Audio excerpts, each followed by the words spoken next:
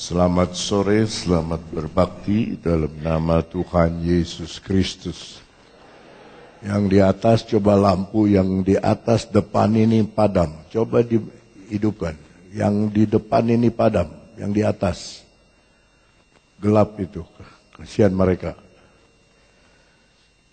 Mari kita buka Kisah Rasul pasal 12, ayatnya yang kelima. Kisah Rasul pasal 12 ayatnya yang kelima.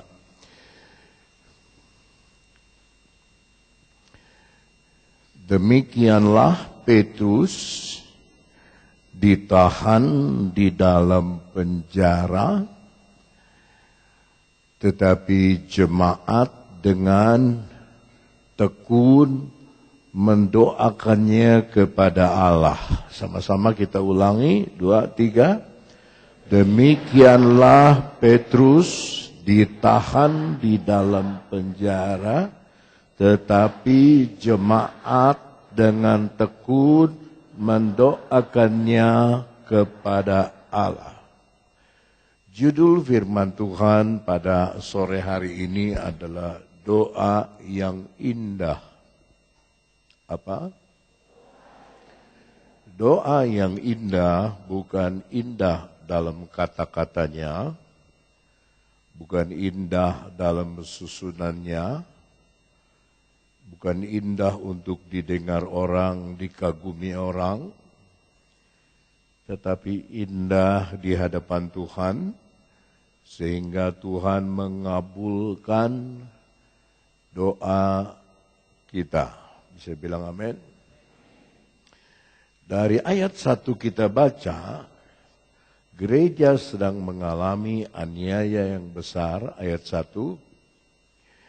Kira-kira pada waktu itu Raja Herodes mulai bertindak dengan keras terhadap beberapa orang dari jemaat.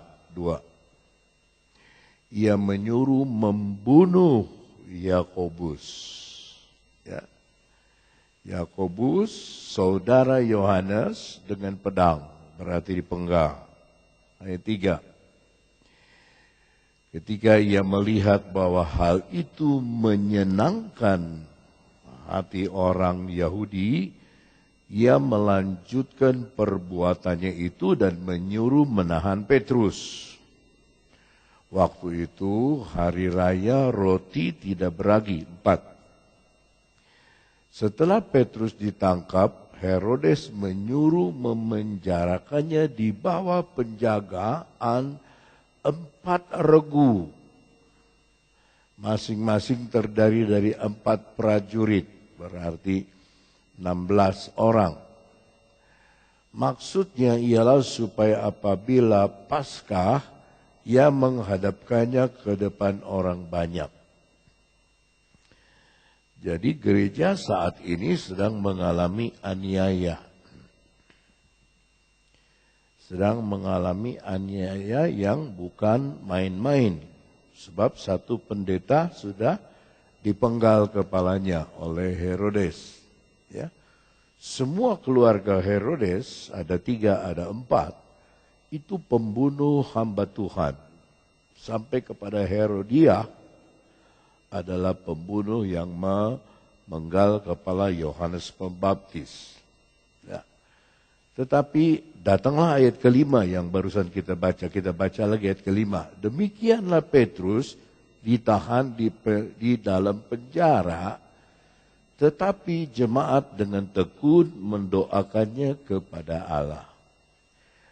Pasal 12 dimulai dengan percobaan untuk menutup jalannya Injil, untuk menghalangi penyebaran Injil. Mari kita lompat kepada ayat 23 dan 24. Dalam ayat 23, dan seketika itu juga ia ditampar malaikat Tuhan. Ini adalah Herodes. Karena ia tidak memberi hormat kepada Allah, ia mati dimakan cacing-cacing. Ayat 24. Maka firman Tuhan makin tersebar. Ulangi, makin tersebar. dan makin banyak didengar orang. Bisa bilang haleluya?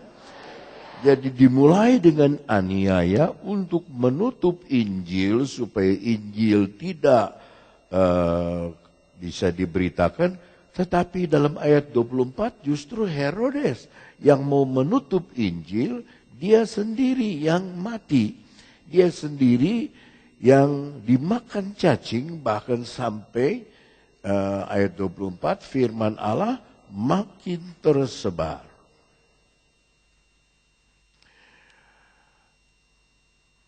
Mari kita kembali kepada ayat 5. Sekali lagi saya ingin berbicara mengenai doa yang indah. Dengar baik-baik. Rasa sakit,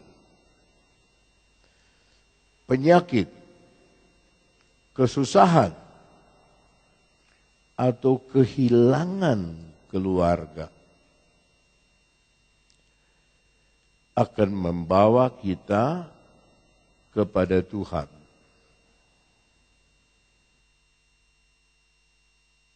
Nggak ada yang bilang haleluya. Saya ulangi. Rasa sakit, penyakit, rasa kehilangan, kesusahan, percobaan akan membawa kita kepada Tuhan. Yang kita baca dalam kisah ini adalah demikian. Ayat 5 tidak ada kalau sampai Yakobus tidak dibunuh. Ayat 5 tidak ada kalau Petrus tidak dipenjara. Semua murid saya yang lulusan Cianjur, saya didik supaya jangan minta-minta. Ada yang menurut dengar-dengaran, tapi ada yang tidak menurut. Itu urusan dia sama Tuhan. Tapi saya bilang kamu jangan minta-minta. Jangan datang ke jemaat minta ini, minta itu. Kurang ini, kurang itu. Tapi datang kepada Tuhan sebab kamu kerja untuk Tuhan. Tuhanlah yang memelihara kamu. Maka dari 21 lulusan Cianjur di Sumatera Utara, semua kesaksiannya sama. Dari tidak ada apa-apa sampai mereka jadi gembala, gerejanya lebih besar dari ini hanya karena doa. Hanya karena datang kepada Tuhan.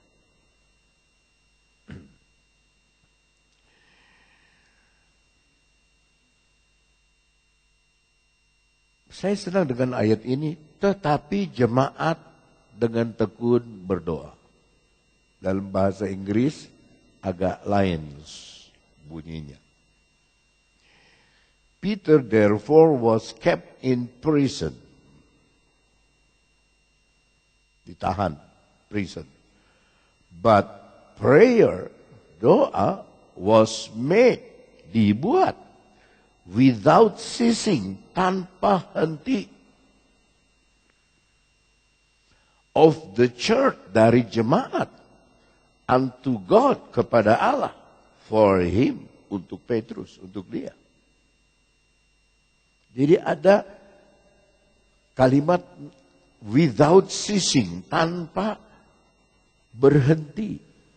Kan Alkitab katakan, berdoalah dengan tiada berkeputusan. Berdoa dengan tiada henti. Nah,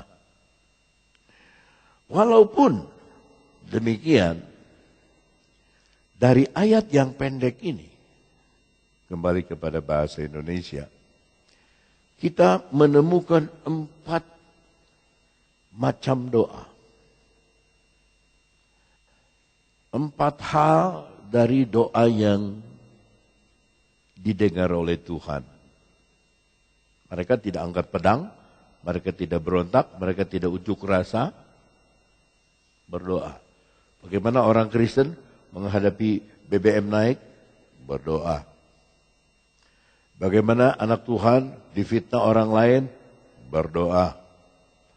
Bagaimana kita memerlukan uang? untuk kontrak, untuk sewa rumah, berdoa.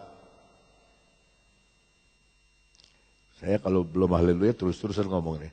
Bagaimana kalau kita sakit, penyakit, berdoa. Bagaimana kalau kita di dalam segala kebutuhan, berdoa.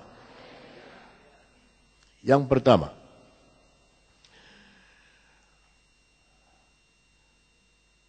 jemaat ini berdoa tiada berkeputusan.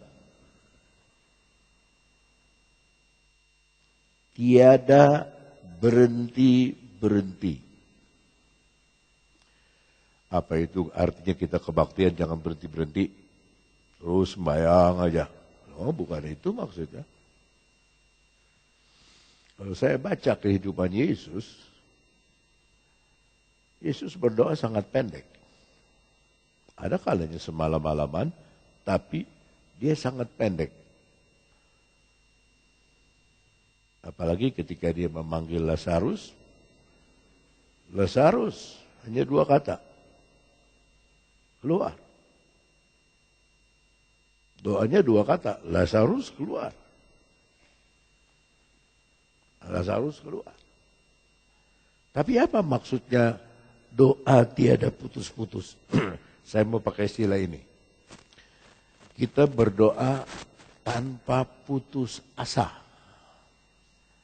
Matius 7 ayat 7 dan 8. Mintalah, saudara teruskan. Carilah, ketuklah,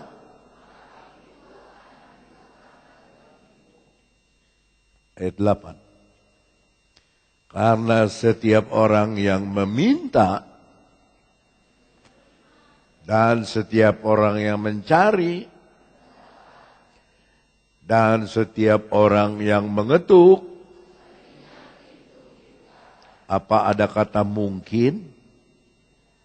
Di dalam 2 ayat itu ada kata mungkin, ada enggak? Tidak ada. Ada kata siapa tahu? Tidak. Tap. Minta, diberi. Ketuk, dibuka. Cari, dapat. Nah, saya sedihnya tuh gini. Kenapa orang Kristen, anak Tuhan, nggak pakai nasihat Yesus ini?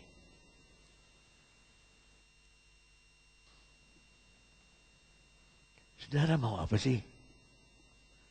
Minta apa? Minta.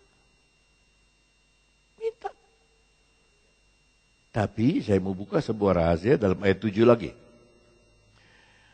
Mintalah maka akan diberikan kepadamu. Dalam bahasa salinan Inggris Amplified, dia berbunyi begini.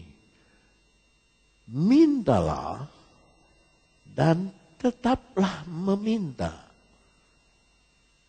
Jadi kita berdoa nih, sekali aja kita berdoa. Tuhan, saya minta supaya saya naik kelas. Cukup. Kali Tuhan pintar, dia tahu. Tapi di hati kita ada doa yang tiada henti. Tuhan, ingatlah. Terima kasih Tuhan, saya sudah minta saya naik kelas. Tuhan, terima kasih, saya mau buka toko baru. Tuhan, saya mau buka usaha baru. Tuhan, saya mau buka ini baru. Saya mau buka ladang Tuhan baru. Saya buka sesuatu yang baru.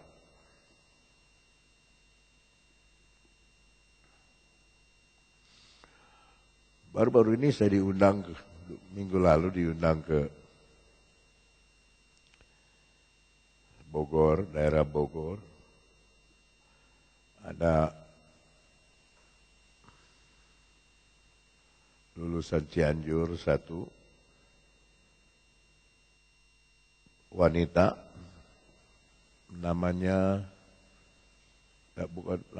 wajahnya lumayan cantik, tapi dia menikah dengan hamba Tuhan yang 100% buta.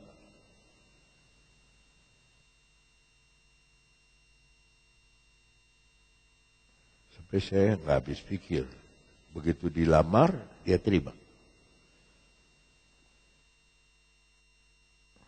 Ya. Jadi kemarin ketemu. Dalam kebaktian tuh banyak ketemu.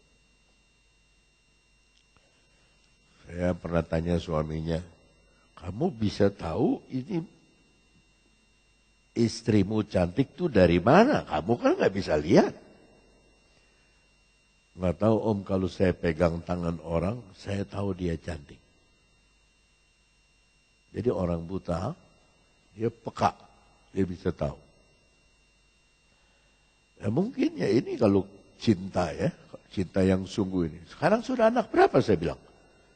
Sudah ada 3 anak. Yang paling besar umur berapa? 18 tahun. Dipelihara sama Tuhan. Dipelihara. Dan dia main organ, suaminya. Nah ini, udah dibilangin matiin kalau ke gereja.